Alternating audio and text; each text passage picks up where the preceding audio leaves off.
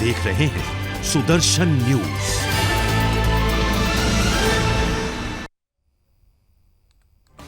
नमस्कार, आप देख रहे हैं सुदर्शन न्यूज। मैं हूं आपके साथ इशिका राणा। स्वागत है आपका बहुत बहुत।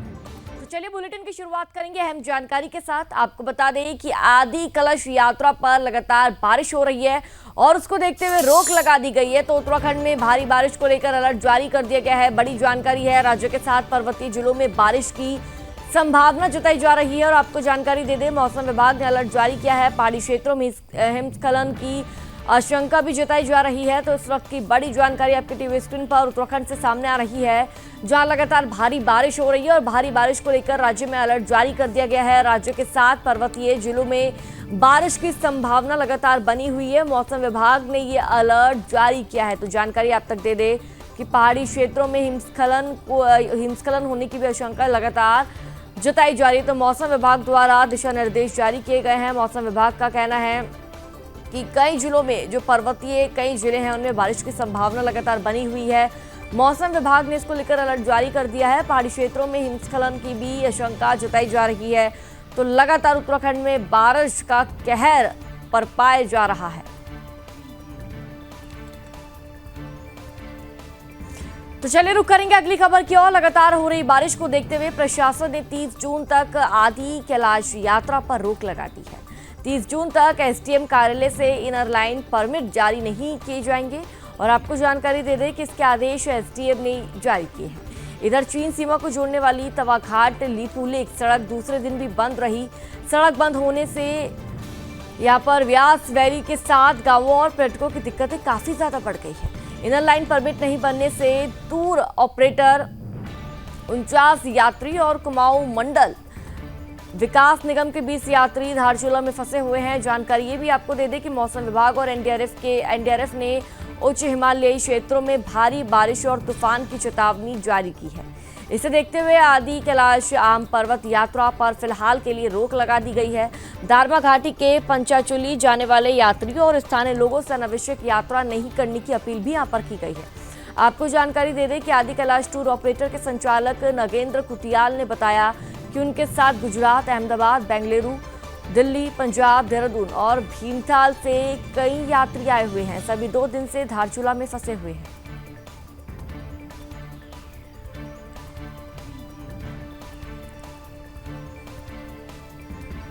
ऑरेंज अलर्ट आया है, उसको देखते हुए हम लोगों ने आदि कैलाश यात्रा के लिए जो आईएलपी इशू होते हैं, इनर लाइन परमिट, तो उस पर रोक लगाई है। और इसके अतिरिक्त जो हायर जो हिमालयन एरिया में जो ट्रैकर्स होते हैं, उनके भी जाने पे भी रोक लगाई है। तो इसके लिए सभी एसडीएम्स को निर्देशित किया जा चुका है। और साथ ही साथ जो टैक्सी यूनियन है या टूरिज्म एक्टिविटी में इन्वॉल्व और अधिक स्टेक होल्डर्स हैं, उन सभी को इस तरह के निर्देश पास किए गए हैं कि अभी ऊंचे वाले एरिया में अभी कुछ दिनों के लिए स्थगित रखें। देवभूमि में कांवड़ यात्रा की शुरुआत होने वाली है और ऐसे में आगामी कांवड़ यात्रा में देश के कोने कोने से लोग आने वाले हैं। और आपको बता दें, करोड़ों कांवड़ियों की सुरक्षा और सुविधा के लिए शासन और प्रशासन तैयारियों में जुटा हुआ है। इसी कड़ी में उत्तराखंड के मुख्यमंत्री पुष्कर सिंह धामी ने हरिद्वार सीसीआर सभागार पहुंचकर अधिकारियों के साथ समीक्षा बैठक की है, जिसमें कई विभाग के अधिकारी शामिल हुए। इस दौरान कांवड़ यात्रा की सुरक्षा से संबंधित तमाम विषयों पर चर्चा भी यहाँ पर देखने को मिली। सीएम धामी ने कहा कि कांवड़ मेले में बजट की कमी नहीं होने दी जाएगी, क्योंकि ये हमारी आस्था का मेला है। इस बार का कांवड़ मेला दिव्य और भव्य होगा। तो वहीं चारधाम यात्रा पर आने वाले श्रद्धालुओं से मुख्यमंत्री ने अपील की है कि मौसम की जानकारी लेने के बाद ही चारधाम यात्रा पर आए। सीएम धामी ने कहा कि कांवड़ मेले को लेकर हरिद्वार जिला प्रशासन तैयारियों में जुटा हुआ है। साथ ही मुख्यमंत्री ने यह भी कहा कि जनप्रतिनिधियों की तरफ से बैठक में सुझाव भी दिए गए हैं। पिछले वर्ष कांवड़ मेले में जो रिकॉर्ड बना था, इस बार वो रिकॉर्ड भी टूटेगा। कांवड़ मेले में बजट की कमी नहीं होने दी जाएगी, क्योंकि ये हमारी आस्था और श्रद्धा का मेला है। देश के कोने कोने से आने वाले कांवड़ियों पर हेलीकॉप्टर से वर्षा भी की जाएगी। तो वहीं सुरक्षा के दृष्टिकोण से एनडीआरएफ, एसडीआरएफ की टीमें भी लगाई गई है।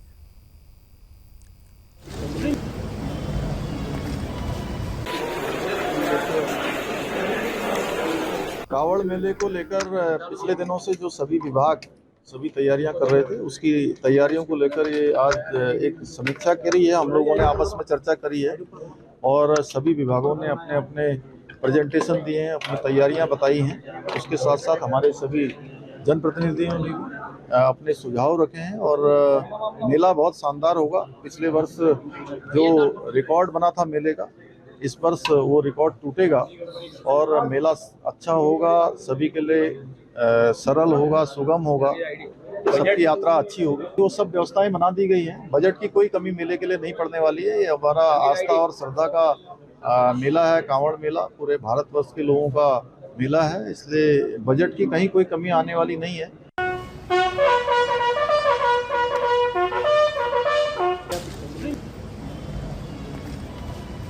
मेरा बूथ सबसे मजबूत सीधे संवाद कार्यक्रम के तहत उत्तराखंड के सीएम पुष्कर सिंह धामी ने बीजेपी कार्यकर्ताओं के साथ पीएम नरेंद्र मोदी के सर्वे चौक देहरादून में मेरा बूथ सबसे मजबूत वर्चुअल संवाद कार्यक्रम में प्रतिभाग किया।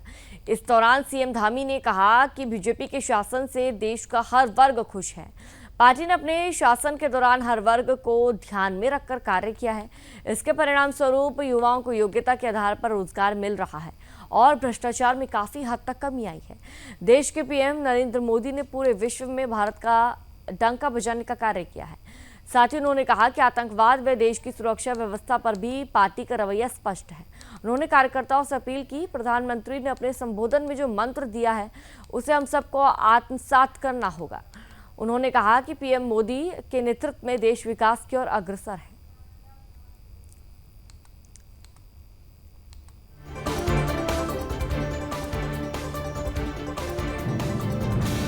उत्तराखंड में G20 की तीसरी मीटिंग टिहरी के नरेंद्र नगर और ऋषिकेश में आयोजित की जा रही है। 26 जून से 28 जून तक चलने वाली G20 इंफ्रास्ट्रक्चर वर्किंग ग्रुप की मीटिंग में सभी देशों के प्रतिनिधि पहुंच चुके हैं, जिनका स्वागत देहरादून के जॉली ग्रांट एयरपोर्ट पर उत्तराखंड की संस्कृति नृत्यों के साथ किया गया। तीसरी बैठक में हिस्सा लेने पहुंचे मेहमान भविष्य में शहर कैसा हो और उसके लिए कैसा इंफ्रास्ट्रक्चर तैयार किया जाए, इस पर चर्चा करेंगे। आपको जानकारी दे दें कि 3 दिवसीय G20 की बैठक में 2 कार्यशाला का आयोजन भी किया जाएगा। तो वही टिहरी के नरेंद्र नगर में G20 तीसरी इंफ्रास्ट्रक्चर वर्किंग ग्रुप की बैठक में पहले दिन भविष्य के शहरों के मूलभूत ढांचागत विकास पर चर्चा की गई। इसमें प्रतिनिधियों ने इंडोनेशिया में दुनिया के सबसे महत्वाकांक्षी शहरों में से एक नए शहर नुसंतारा के विकास के मॉडल को समझा। बैठक में G20 सदस्य देशों, आमंत्रित देशों और अंतर्राष्ट्रीय संगठनों के 63 प्रतिनिधियों ने चर्चा में हिस्सा लिया है। बैठक में G20 के 16 देशों के प्रतिनिधियों ने प्रत्यक्ष रूप से, जबकि 4 देशों के प्रतिनिधियों ने वर्चुअली बैठक में भाग लिया। बैठक में भारतीय प्रेसिडेंसी और Asia infrastructure investment bank SIIB की यहाँ पर और से आयोजित सेमिनार में प्रतिनिधियों ने भविष्य के शहरों में निजी निवेश बढ़ाने, साथ ही नीतियों को सरल बनाने और मजबूत ढांचागत विकास को बढ़ावा देने के विषयों पर चर्चा यहाँ पर की है। इसके अलावा प्राकृतिक चुनौतियों से लड़ने के लिए आपसी सामंजस्य पर बल दिया गया। इस दौरान एशियन इंफ्रास्ट्रक्चर इन्वेस्टमेंट बैंक के साथ साझेदारी में भविष्य के शहरों का समावेशी विकास, प्रौद्योगिकी, इंफ्राटेक और डिजिटलीकरण की भूमिका पर चर्चा भी यहाँ पर की गई।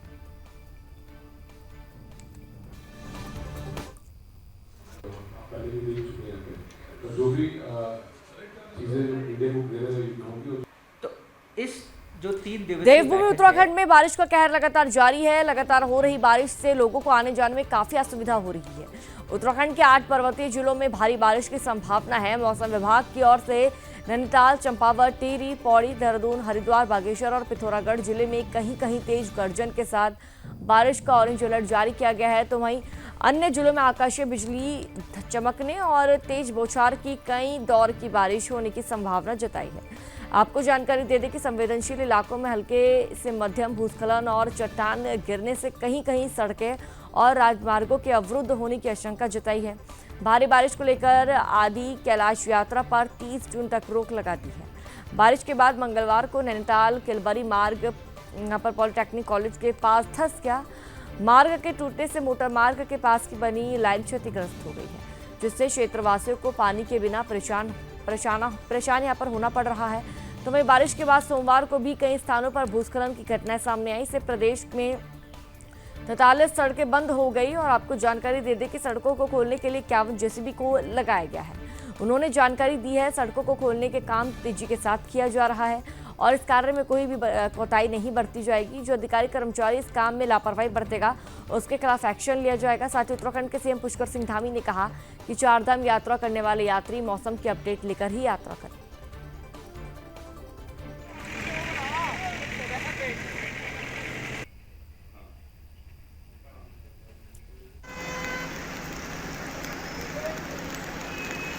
उत्तराखंड राज्य के जिला उधम सिंह नगर में 69 विधानसभा क्षेत्र नानक मत्ता के झनकट मंडल के कार्यकर्ताओं ने एक माह से पूरे देश में चल रहे महाजन संपर्क अभियान के अंतर्गत घर घर संपर्क अभियान कर भारत के यशस्वी प्रधानमंत्री नरेंद्र मोदी जी के 9 साल के कार्यकाल में उनकी उपलब्धियों से जनता को रूबरू कराया है। आपको बता दें, महाजन संपर्क अभियान के अंतर्गत राजीव नगर में घर घर जाकर पीएम मोदी जी के नेतृत्व में विकास के लिए कई कार्यों के बारे में जनता को विस्तार से अवगत कराने का कार्य किया गया और बताया गया कि 9 वर्षों में जल थल और नभ तीनों क्षेत्रों में भारतीय सेना बहुत सशक्त होकर हमारी सीमाओं की रक्षा कर रही है।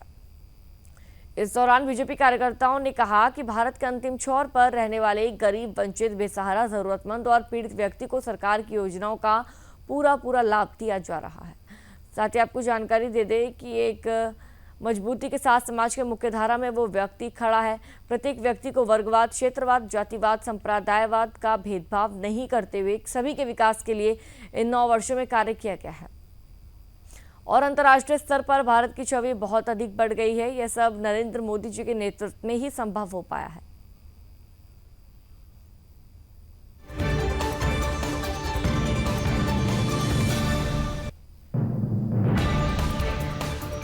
देवभूमि में लगातार बारिश हो रही है और मानसूनी बारिश शुरू होते ही जिले के विभिन्न स्थानों में यहां पर हुड़कियां बोल के साथ धान की रोपाई भी शुरू हो गई। दरअसल हड़कियां बोल के साथ ही यहां पर धान की रोपाई काफी पुरानी परंपरा है। हड़कियां बोल में स्थानीय देवी देवताओं की स्तुति करते हुए धान की रोपाई की जाती है और आपको जानकारी दे दें कि ऐसे में कपकोट, बागेश्वर सहित गुरुड़ घाटी के कई गांव में हुड़कियां बोल के साथ धान की रोपाई भी शुरू हो गई है। तो वहीं आपको जानकारी दे रहे जिलाधिकारी अनुराधा पाल ने भी हुड़कियां बोल को पहाड़ की समृद्ध संस्कृति परंपरा की संज्ञा देते हुए किसानों को बधाई दी है और आपको बता दें कि जिलाधिकारी ने खुद भी हुड़कियां बोल के साथ धान की रोपाई करने के लिए इच्छा जाहिर की है।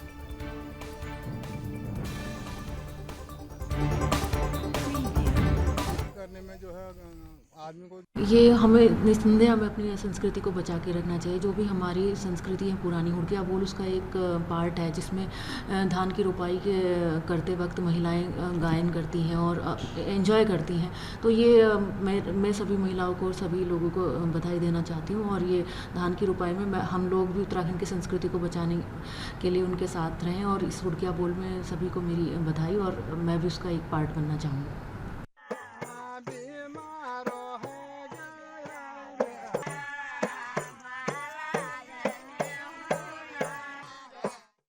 पिथौरागढ़ में उस समय हड़कंप मच गया जब जिले में नाचनी के पास होकरा में एक अल्टो कार नियंत्रित होकर गहरी खाई में गिर गई, जिसमें एक महिला व पुरुष 2 लोग सवार थे। दोनों की मौके पर ही दर्दनाक मौत हो गई है। स्थानीय लोगों ने काफी ढूंढ खोज के बाद इस बात की पुष्टि की है और गौरतलब है कि इसी जगह पर 6 दिन पहले एक बोलेरो गाड़ी गिर गई थी जिसमें 10 लोगों की दर्दनाक मौत हो गई थी और इस हादसे में दोनों मृतक बागेश्वर के रहने वाले बताए जा रहे हैं। सूचना के बाद प्रशासन ने रेस्क्यू कर दोनों शवों को बाहर निकाला।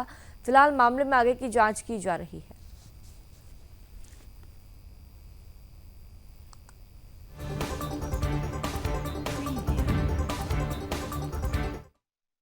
आज से 6 दिन पहले एक बोलेरो खाई में गिरी थी और 10 लोगों की दर्दनाक मौत हो गई थी।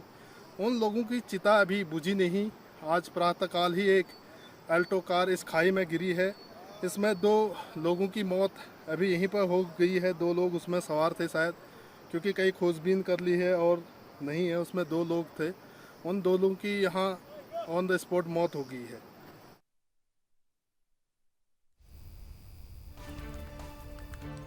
सीमांत जनपद चमोली के मुख्यालय गोपेश्वर में स्थित भगवान गोपीनाथ मंदिर की तरफ झुकने की खबर से मंदिर में आस्था रखने वाले लोगों में चिंता बढ़ गई है।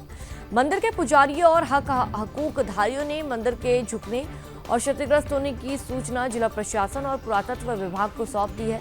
बता दें कि बद्रीनाथ और केदारनाथ के केंद्र बिंदु में स्थित भगवान रुद्रनाथ की शीतकालीन गद्दी असली गोपीनाथ मंदिर भगवान शिव को समर्पित है। पौराणिक काल से ही यह मंदिर अपने निर्माण शैली को लेकर विशेष आकर्षण का केंद्र बना रहा। नगर शैली में निर्मित यह मंदिर कचोरी राजाओं की तरफ से बनाया गया था। आपको बता दें, ऐसी मान्यता है 1962 से पहले जो मंदिर स्थान से दूसरे की देखरेख में ही थी। लेकिन मंदिर अलग अलग जगह से क्षतिग्रस्त होने लगा था। इसके बाद पुरातत्व विभाग की तरफ से मंदिर की देखरेख अपने पास रखी गई। मंदिर के पुजारी हरीश भट्ट बताते हैं कि ये मंदिर उत्तर भारत के सबसे भव्य मंदिरों में से एक मंदिर है। इस मंदिर से जुड़ी हुई कई धार्मिक कथाएं हैं और हर वर्ष हजारों लोग भगवान शिव के दर्शन के लिए यहाँ पर आते हैं। लेकिन मंदिर के झुकाव और अलग अलग जगहों पर दरार की स्थिति को देखते हुए वो कहते हैं कि पुरातत्व विभाग और जिला प्रशासन को मंदिर को लेकर गंभीरता से सोचना होगा और इस मंदिर के संरक्षण को लेकर कार्य योजना तैयार भी करनी होगी।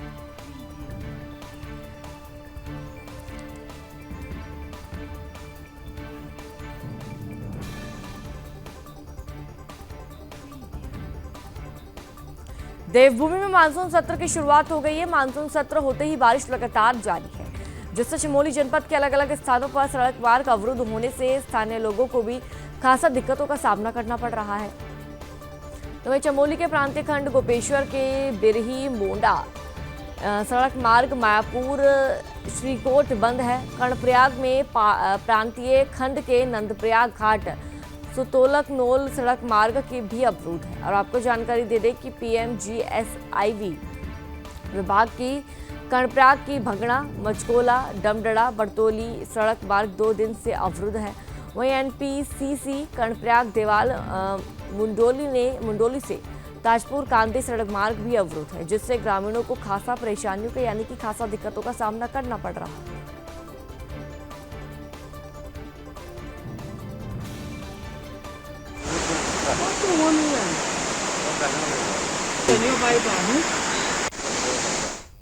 उत्तराखंड के सीएम पुष्कर सिंह धामी की तरफ से 2025 तक उत्तराखंड को नशा मुक्त करने को लेकर सख्त दिशा निर्देश दिए गए हैं। ऐसे में हरिद्वार जिले में पुलिस प्रशासन की तरफ से लगातार कार्रवाई की जा रही है।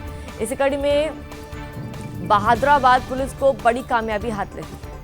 थाना क्षेत्र के पथरी पुल के पास घेराबंदी कर उत्तर प्रदेश शाहजहांपुर निवासी स्मैक तस्कर गिरोह के 2 सदस्यों को गिरफ्तार किया गया है।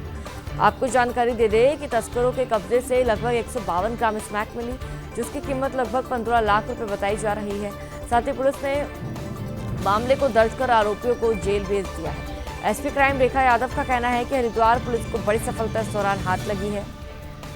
पुलिस ने तस्करों को गिरफ्तार किया है। पकड़े गए दोनों तस्कर उत्तर प्रदेश के रहने वाले बताए जा रहे हैं।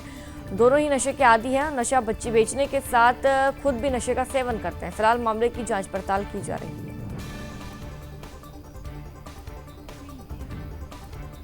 हरिद्वार पुलिस को एक बड़ी सफलता हासिल हुई है, जिसमें 2 ड्रग डीलर जिनके पास से लगभग 152 ग्राम स्मैक जिसकी कीमत 15 लाख है वह पकड़े गए हैं।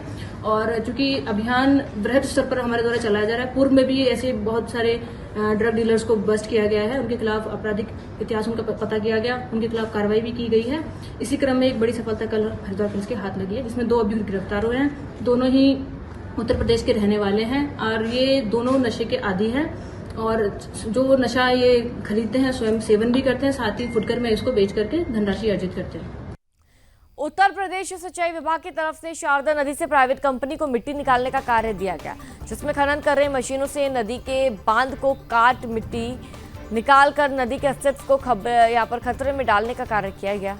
आपको जानकारी दे दें कि मिट्टी को ले जाने वाले डंपर ने सूखा पुल के किनारे लगी स्ट्रीट लाइट के खंभे को भी क्षतिग्रस्त कर दिया है, जिसके चलते आसपास के ग्रामीणों ने विरोध कर कंपनी के कार्य को रोककर खनन करने का विरोध किया है। मामले में ग्रामीणों ने बताया कि ठेकेदारों की तरफ से नदी के तटबंध को काट दिया गया है, जिसके चलते अगर भविष्य में नदी का बांध टूट गया तो आसपास के ग्रामीण इलाकों में बाढ़ की स्थिति पैदा हो जाएगी। साथ ही मिट्टी ढोने में लगे डंपर की तरफ से लापरवाही यहाँ पर अगर बढ़ती जाती है तो मार्ग की सुंदरता और सुविधा के लिए लगाई गई स्ट्रीट लाइटों को नुकसान भी पहुँच सकता है। साथ ही मार्ग को भी क्षति पहुंचाई जा रही है। तो वहीं इस बारे में मीडिया की तरफ से सवाल किए गए, जिस पर उत्तर प्रदेश सिंचाई विभाग के सहायक अभियंता ने शारदा नदी के बांध कटाव मामले में संज्ञान लेते हुए कंपनी को निर्देशित भी किया है कि खनन कार्य में लगी कंपनी की तरफ से गलत तरीके से अगर नदी के तटबंध को नुकसान पहुंचाया गया है तो कंपनी जल्द से जल्द उसको सही करे। अगर जल्द तटबंध को ठीक नहीं कराया गया तो विभाग की तरफ से प्राइवेट कंपनी के खिलाफ आवश्यक कानूनी कार्रवाई की जाएगी।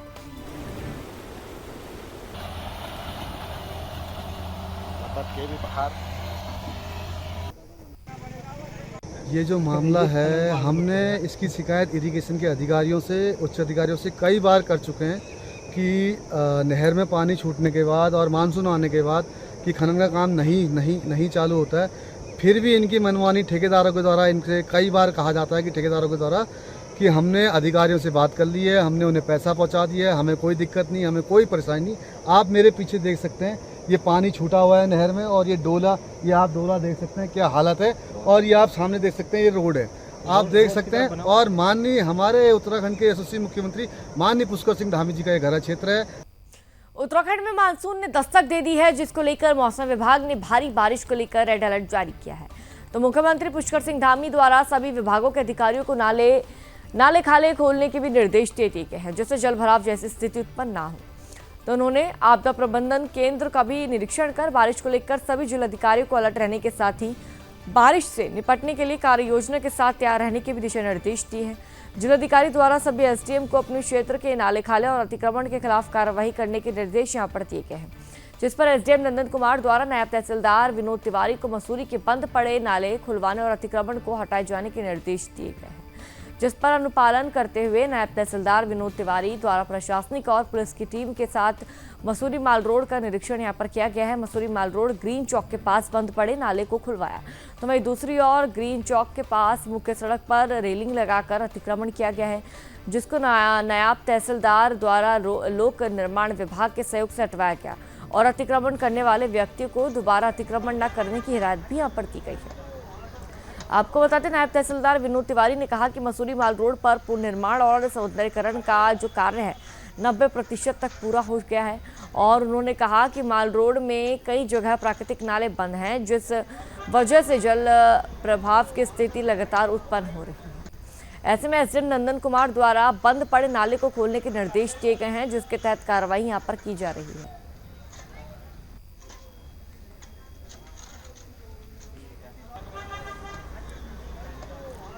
मेरा बूथ सबसे मजबूत सीधे संवाद कार्यक्रम के तहत बीजेपी प्रभारी रतन सिंह चौहान के नेतृत्व में बीजेपी कार्यकर्ताओं ने मसूरी राधाकृष्ण मंदिर के सभागार में प्रधानमंत्री नरेंद्र मोदी को सुना।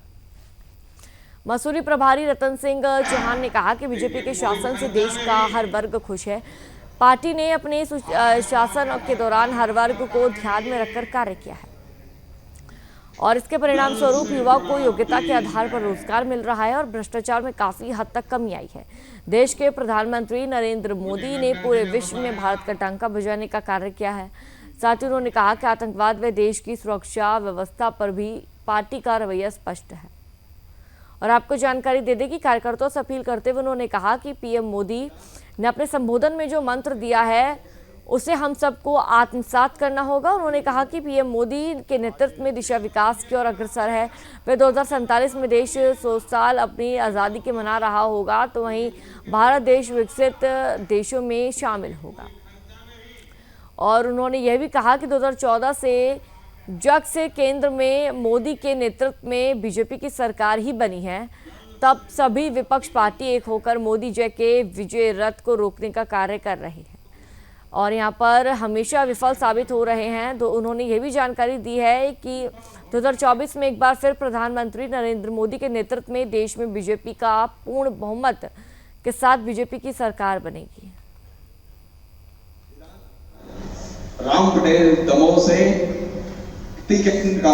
आज पूरे भारतवर्ष के प्रमुख कार्यकर्ता जो चयनित हुए हैं विधानसभा स्तर पर, उनका मेरा बूथ सबसे मजबूत जो कार्यक्रम भोपाल में चल रहा है और भोपाल से आदरणीय नरेंद्र मोदी जी पूरे देश के बूथों के कार्यकर्ताओं को संबोधित कर रहे हैं। विषय यही है कि अपना बूथ हम किस प्रकार मजबूत करें कि जिससे कि आने वाले चुनाव में, चाहे वो नगर निकाय का चुनाव हो या फिर 2024 में होने वाला लोकसभा का चुनाव हो, उन चुनावों की दृष्टि से अपना कार्यकर्ता किस प्रकार मजबूत हो, उन कार्यकर्ताओं के माध्यम से जो आदरणीय नरेंद्र मोदी जी की केंद्र की सरकार ने पिछले 9 साल में क्रांतिकारी ऐतिहासिक उपलब्धियां हासिल करी, उन उपलब्धियों को अपना कार्यकर्ता एक एक उपलब्धियों को जनता के बीच में बूथ स्तर तक ले जाए, जिससे कि हम जनता के बीच में अपने पिछले 9 साल के कार्य को जनता तक बता पाएँ और जनता उन कार्यों के आधार पर अगली बार होने वाले 2024 के चुनाव में या उससे पहले नगरपालिका नगर निगम के चुनाव में भारतीय जनता पार्टी का साथ दे और भारतीय जनता पार्टी को मजबूत करने का काम करे। बागेश्वर और पिथौरागढ़ के बॉर्डर क्षेत्र से होकरा मंदिर जाते समय तल्ला जोहर के पास अल्टो कार अचानक खाई में गिर गई। हादसे में कार में सवार दोनों दंपतियों की मौके पर मौत हो गई। स्थानीय ग्रामीणों ने खुद ही वीडियो बनाकर मौके का हाल साझा किया। मामला पिथौरागढ़ की तेजुम तहसील क्षेत्र का है, जहां होकरा मंदिर जाते समय एक सप्ताह के अंदर ये दूसरी बड़ी घटना है। आपको बता दें कि 6 दिन पहले एक बोलेरो गाड़ी में सवार सभी 10 लोग इस खाई से गिर गए थे और यहां पर उन 10 लोगों की मौत की जानकारी भी सामने आई थी। ये है हमारे खुशहाल भाई, देख लो भाई, पहचान लो, खुशहाल है। लक्ष्य क्षेत्र के एक टायर कंपनी में काम करने के लिए गए एक मजदूर की संदिग्ध परिस्थितियों में मौत हो गई। आपको जानकारी दे दें कि परिजनों में जिसके बाद हाहाकार मच गया है। इस मामले में बताया जा रहा है कि मृतक व्यक्ति को कंपनी में कार्य करने के दौरान गहरी चोटें आई है और जिसके बाद कंपनी के अधिकारियों ने युवक को अस्पताल में भर्ती करा दिया, जिसके बाद गंभीर चोटें लगने के कारण युवक की दर्दनाक मौत हो गई। तो वहीं मृतक को परिजनों ने कंपनी में जो मृतक के परिजन हैं उन्होंने कंपनी प्रशासन पर आरोप लगाते हुए कहा कि कंपनी के मालिक ने युवक को अस्पताल ले जाने में देरी कर दी है, जिसके चलते युवक की मौत हो गई। मृतक के यहाँ पर 3 छोटे बच्चे और पत्नी है, जिसकी देखरेख के लिए परिजनों ने कंपनी से राहत राशि की मांग की है, लेकिन कंपनी के मालिक की तरफ से राहत राशि नहीं दी गई है। और साथ ही आपको जानकारी दे दें कि इसके चलते ग्रामीणों ने यहाँ पर विरोध जताते हुए कंपनी के खिलाफ कार्रवाई करने की मांग की है।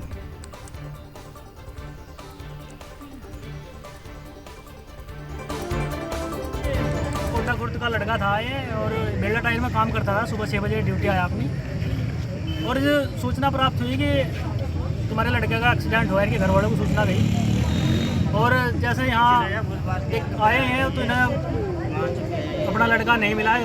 कंपनी वालों ने पहले ही यहाँ से उसको रेफर कर दिया। हालांकि अब बताया जा रहा है कि लड़की की मौत हो गई है और पीड़ित परिवार यहाँ मौजूद है। तो फिलहाल इस बुलेटिन में इतना ही। देश और दुनिया से जुड़ी बड़ी खबरों को देखने के लिए सुदर्शन न्यूज देखते रहिए। जय।